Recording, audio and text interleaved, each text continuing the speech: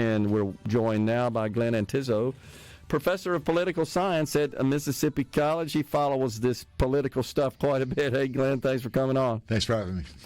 So we were just talking offline about how the map is shaping up, of course, for the president, and then we've got some key Senate races going on. Of course, every House seat.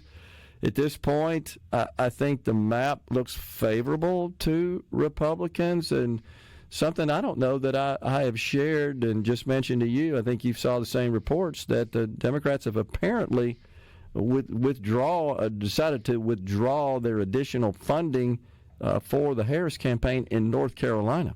That's a concession, and it actually signals two good things for Trump. It signals that the Harris campaign is all but conceded North Carolina, I think, to the Trump campaign. Otherwise, they would be intensely spending there right now. Yeah. And the other thing is that they're worried that there are other places, perhaps in the blue wall, that they have to shore up so that they're going to redirect the money to those places. Yeah, that's right. That's a good point. So there's two dimensions to that decision. Right. First, you're conceding one so-called battleground state. The other is you feel like you got to get some money in these other states where you're also running very tight races. Right. Yeah. And, looking at the polling, everything, there are so many polls. It's hard to sort of stay on top of everything. Yeah. But as far as I can tell, and I know you and I mentioned this, when we were talking off the air a few minutes ago, that there seems to be definitely momentum towards Trump in the last week or two. And while everything is in the margin of error, I would still rather be on the plus side than the negative side in a poll. And it's still Trump +1 in North Carolina. It's still Trump +2 in Georgia. It's still Trump +2 in Arizona. It's even in Pennsylvania.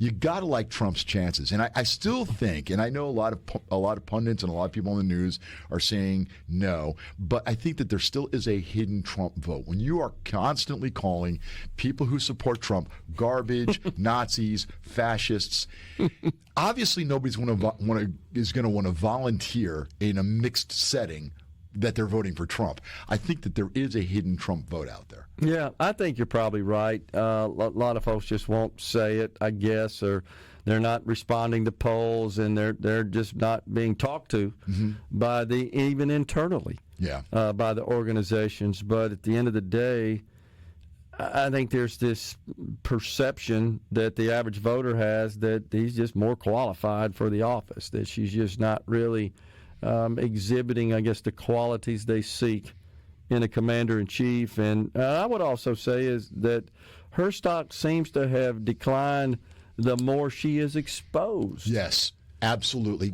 It's funny. I saw something on the news a few days ago, and it showed her, I think, at like 6 or 8 rallies, and she said precisely the same things over and over again. She comes across to a lot of people as a puppet that is, got a script that she sticks to, and that she's not allowed to. She's carefully managed. The settings that she is exposed to the public in are tightly controlled. She's only had 1 or 2, maybe 3 at the most, legitimate interviews with the media. And I think that she's really not done herself a very good job in presenting herself to the American people. And when you run on a steady diet of Trump's a fascist, keep abortion legal up through 9 months, vote for me because I'm a woman and I'm a minority.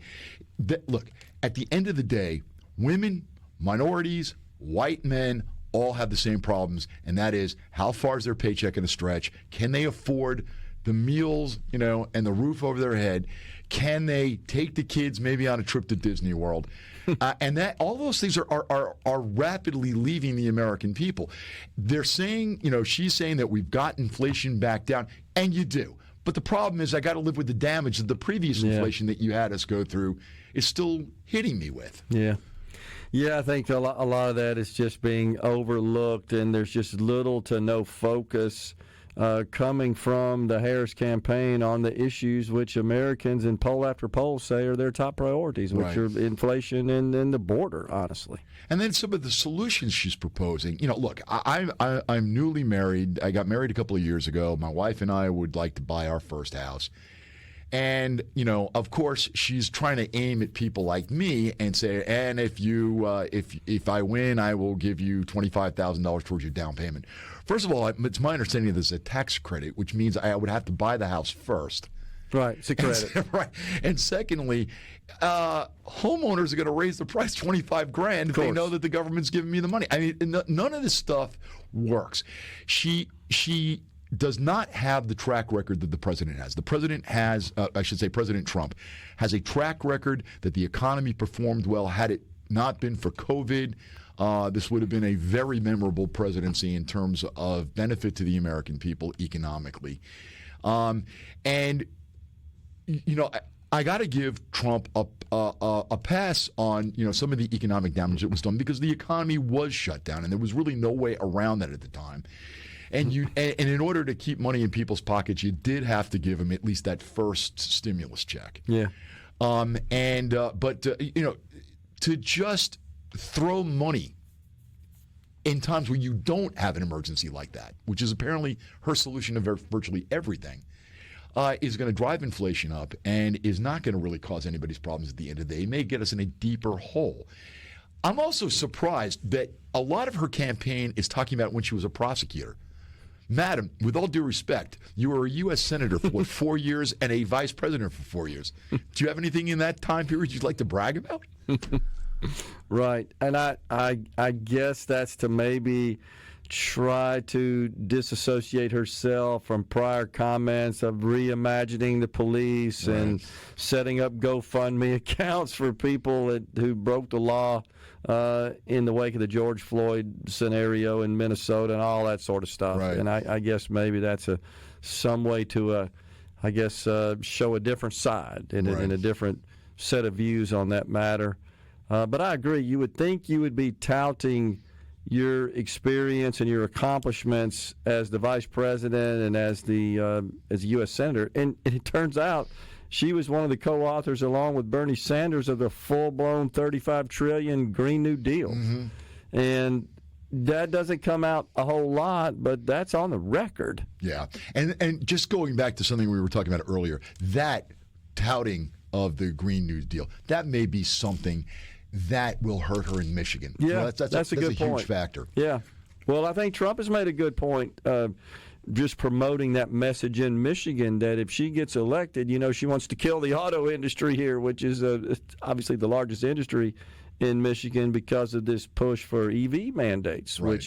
which would have a marked effect on the existing infrastructure and apparatus of the industry right now in the state of Michigan. He's done a pretty good job, and it turns out that the polls among union workers show that most of them actually, are breaking from leadership. Yes. Leadership supports her, but the rank and file supports him. Yeah, that's telling. Again, there were some unions that refused to make the endorsement. The leadership, you know, as they traditionally want to endorse the Democratic candidate, but the rank and file restrained them. Yeah. And so I think that is another tell as well, that things may not be going as well for Harris as she thinks. Now, again, I would never be able to tell you for definitely who's going to win on Tuesday, but I really got to like President Trump's chances. Yeah.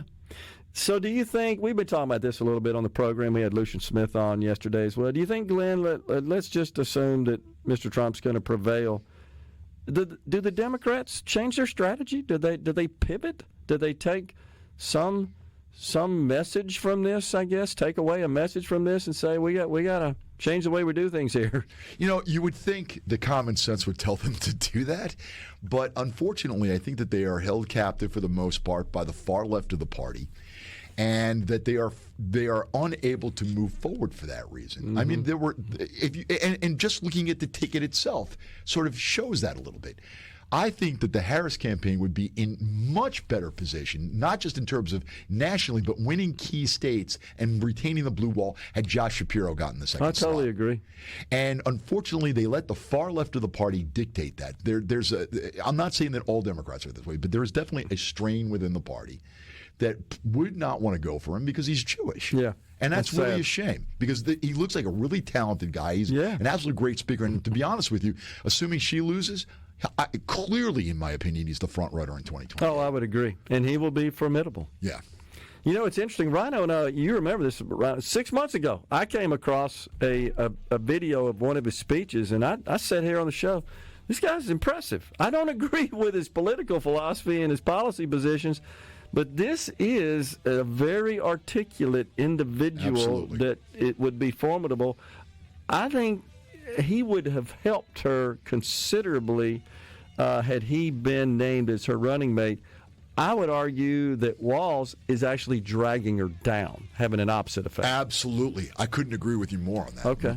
Stick around. We keep talking about this. Can you stick around? Oh, absolutely, okay, yes. Great. We got Glenn Antizzo, professor of political science at Mississippi College in the Element Well studio. Close. But the map's looking favorable, Glenn, for Republicans to take control of the U.S. Senate. Yes. The House is always a much bigger toss-up. It's a much easier prediction in the midterms than it is during a presidential election. Yeah, also the American people generally, over the last few election cycles, seem to think that the Republicans are a little too far to the right, the Democrats are a little too far to the left. So if you have at least one House of Congress of the political party that's not the one that is running the White House, in a way, the two, Congress and the president, are handcuffed together. They have to work together or nothing's going to get done. Yeah. And that's sort of reassuring to the American people in some cases. Also, as we talked off the air, there were a few traditionally blue districts, particularly in my home state of New York, that flipped and went Republican in the last election cycle. It looks like maybe things will be swinging back the Democrats' way in some cases. What happens? Yeah. I mean, I grew up in Nassau County, New York, which when I was growing up there, Nassau County, for those of you who don't know, is the county just east of Queens on Long Island. Mm-hmm. And it was solidly Republican, but as time has gone on, particularly the North Shore has become increasingly liberal. And so it's sort of natural to see Democrats winning House seats there.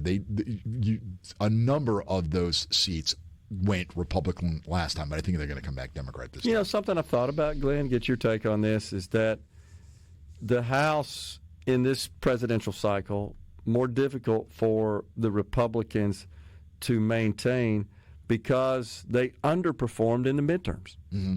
Yes. If you look at the midterms where there was the expectation of the red wave and all that sort of stuff, and that sort of fizzled out, and so you're defending more seats, I guess is the way to put it.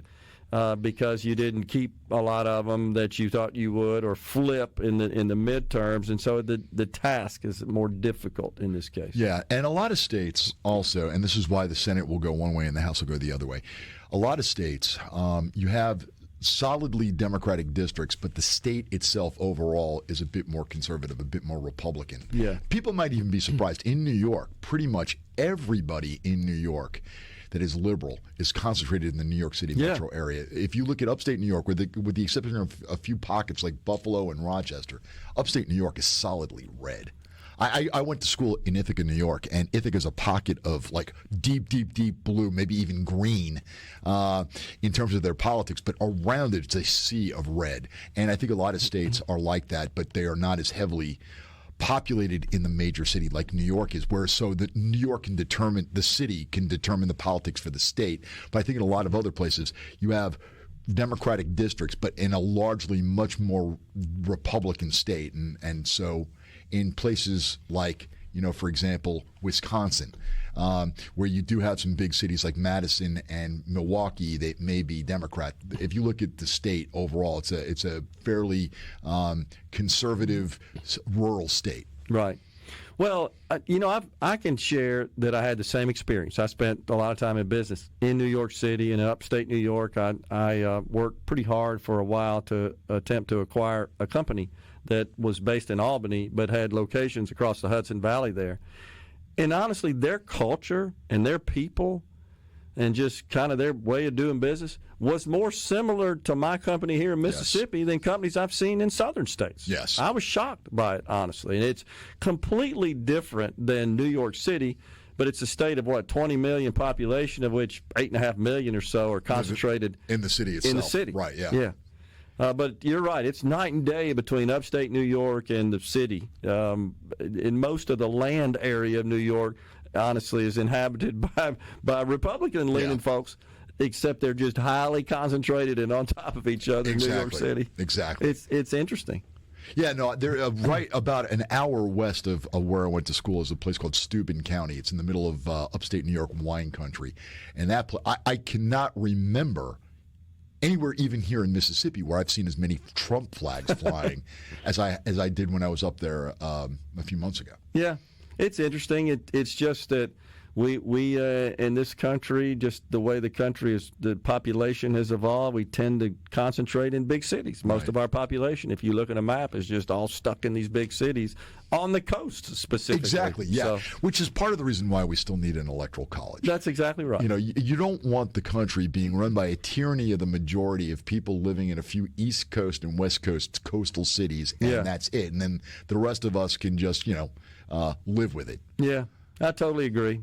But we'll see how that shakes out. The House, there's some key races in California as well that could be, they will be a determining factor that flipped Republican in the midterms. And now those candidates who are running for re-election they got to be tentative. They got to walk a fine line. The folks there, we're going to give the Republicans control, but we're not big Trump fans. This is the kind of attitude you get of a lot of the voters in those districts. And so they've got to be careful as to whether or not they've got to sort of distance themselves from Trump. But we're seeing U.S. Democrat senators also, Tammy Baldwin, Bob Casey, Sherrod Brown coming out and talking about how they could work with a Donald Trump. Oh, absolutely, and that's a concession. That will tell you, that's another tell about what's happening in the blue wall states. Yeah. If they are worried enough, obviously they're seeing polling that is suggesting to them that they better do that.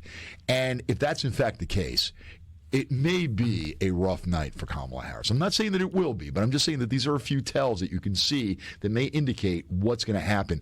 And I know it's going to take a while to count a lot of ballots, but I think when you see, because they're in the first two time zones, where those three blue wall states, which way they're breaking, especially if Pennsylvania breaks for Trump, I think he's got it. Oh, there's no doubt. If he gets that, there's no doubt. So what are you talking about in the classroom? Glenn, what do your students think about all this? Well, my students, I just took polls in two classes, and they're split into. Everybody thinks it's going to be a toss-up. Okay. And I asked them to tell me who they thought was going to win and what they thought, the percent chance that it was going to be Trump or Harris. Virtually every student said that it was. 1/3 said it was going to be Trump. 1/3 said it was going to be Harris. 1/3 said it was going to be a toss-up they couldn't say, but everybody came within 5 points in either direction. Interesting. Nobody is saying anybody's got it better than about a 55% chance of winning. Wow. Just illustrates how polarized we are in the country. It is. And I try not to, I asked people who do they think was going to win, not who they wanted to win. Okay. I don't want to put the students on the spot. Sure. But I mean, that really tells you. I think that they talk obviously to other people. I think in a way students sort of get past the pollsters, because in a lot of cases pollsters are told what the people think that they want to hear. A lot of people are afraid to answer honestly on a poll because they're afraid of what the pollster that they've never met before might be thinking of them, that they're a bad person or whatever. I can see that, sure. And I think that in a classroom setting, the students can be a little more open. I mean, there's still a little bit of peer pressure, but I think for the most part that they, by framing the question that way, people were a little more open, and I think that can give you some insight. You might be surprised, though. I haven't seen the results of this, but there is a way you can tell a little early what's going to happen. When I was a kid, and you probably remember this too, do you remember a publication called My Weekly Reader? Oh, very much so. Okay. Every fall that there's a presidential election, they have a little ballot that they print on the last page, and that they have the teachers conduct mock elections. And the kids vote, and then the teachers submit the results to My Weekly Reader, which publishes them later. But the kids, for the most part, are going to be parrots of whatever it is the parents are thinking. Sure. So if you can see in My Weekly Reader who's got the upper hand, you might have some insight. I remember that publication quite well. I always look forward to that Me too. on a weekly basis. That's pretty cool. So, well, it's interesting just to kind of get in the perspective from the young people in our country, what they think about all this. They don't have the benefit that you and I do of all the history, in our politics. One thing that seems to become just very commonplace in our politics these days, Glenn, is that when you're running, especially for high office like a president, we only got about a minute left, you make lots of commitments that you really can't do unilaterally. Right. Does that a problem? Do you see that continuing? Oh, absolutely. Yeah. No. Again, it's one thing to promise that you're going to spend money on this, money on something else. Ronald Reagan once famously said, "I cannot spend one dime Congress does not appropriate." Yeah. And I think Ms. Harris in particular is forgetting the fact that she's probably not going to get a lot of this stuff that she's promising through Congress. Yeah. Green New Deal, free money for mortgages, whatever. Yeah, totally agree. Glenn, appreciate you coming in. Enjoy the conversation. Thank you very much. Same here. We're coming right back, folks, in the Element Wealth studio. Please stay.